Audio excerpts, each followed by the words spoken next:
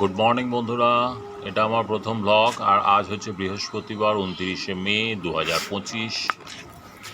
ব্লগিংটা শুরু করলাম আমাদের ছাদে থেকে। দেখো ছাদে এটা হচ্ছে লেবু গাছ।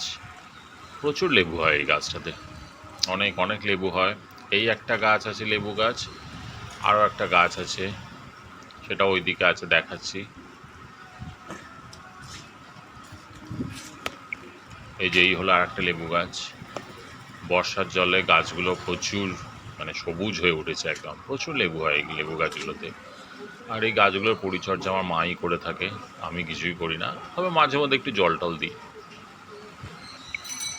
আর এই হচ্ছে আমাদের ডাঁটা গাছ, যেটা হচ্ছে আমাদের সারা বছরই ডাঁটা হয়।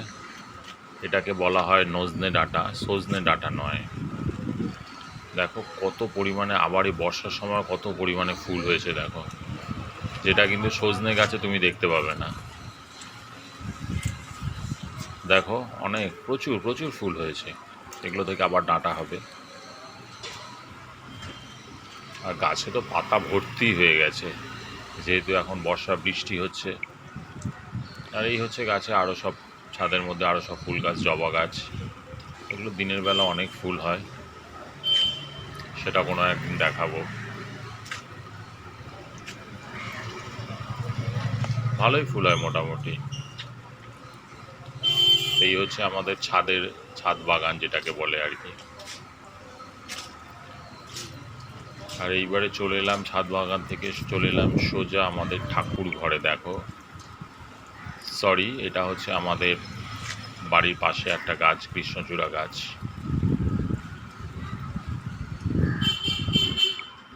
আর এই চলে এলাম আমাদের ঠাকুর ঘরে। এটা আমাদের 3তলাতেই ছাদে আছে। দেখো এই ঠাকুর ঘরে আমাদের প্রচুর ঠাকুর আছে, প্রচুর ঠাকুর। এখানেও আমার মা পুজো করে। এগুলো ঠাকুর, প্রচুর ঠাকুর। আর দেওয়ালেও ঠাকুরের মূর্তি না, ঠাকুরের ছবি পুরো আটকানো রয়েছে, অনেক অনেক ছবি আটকানো আছে। এগুলো সবই আমার আইডিয়াতে করা হয়েছে। তা আমার মা এগুলো পুজোটা করে, প্রায় ঘন্টাখানেক ধরে পুজো করে।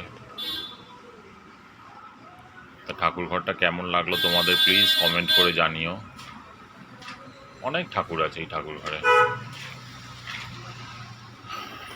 তারপরে চলে এলাম আমাদের 2তলার ঘরে। এখানে এই যে হচ্ছে আমাদের এক সদস্য ভ্যানিলা। সব সময় ও শুধু আমাকেই ফলো করে, আমি কোথায় যাচ্ছি আসছি দেখো আমাকে ফলো করছে, দেখছে আমাকে।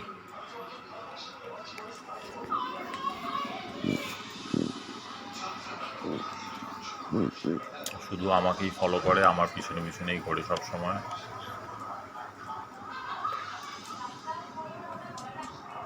ওঠো, ওপর ওঠো, ওপর ওঠো, ওপর ওঠো, ওপর ওঠো, ওপর ওঠো।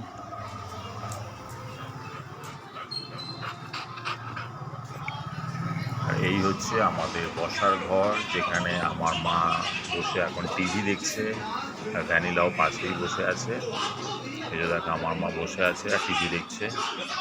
টিভিতে এখন সিরিয়াল হচ্ছে জি বাংলায় তুই আমার হিরো। আমার মা তো রেগুলারই দেখে। আর তারপরে চলে এসেছি নিচের ঘরে। এইখানেও ঠাকুর রয়েছে, যেহেতু আজকে বৃহস্পতিবার আমি নিচের এইখানে আমি পুজো দিই। খুব সুন্দর লাগছে, আজকে গাঁদা ফুল দিয়ে পুজো দিয়েছি। সো আমার এই ছোট্ট ব্লগটা তোমাদের কেমন লাগলো প্লিজ প্লিজ কমেন্ট করে জানিও। Thank you.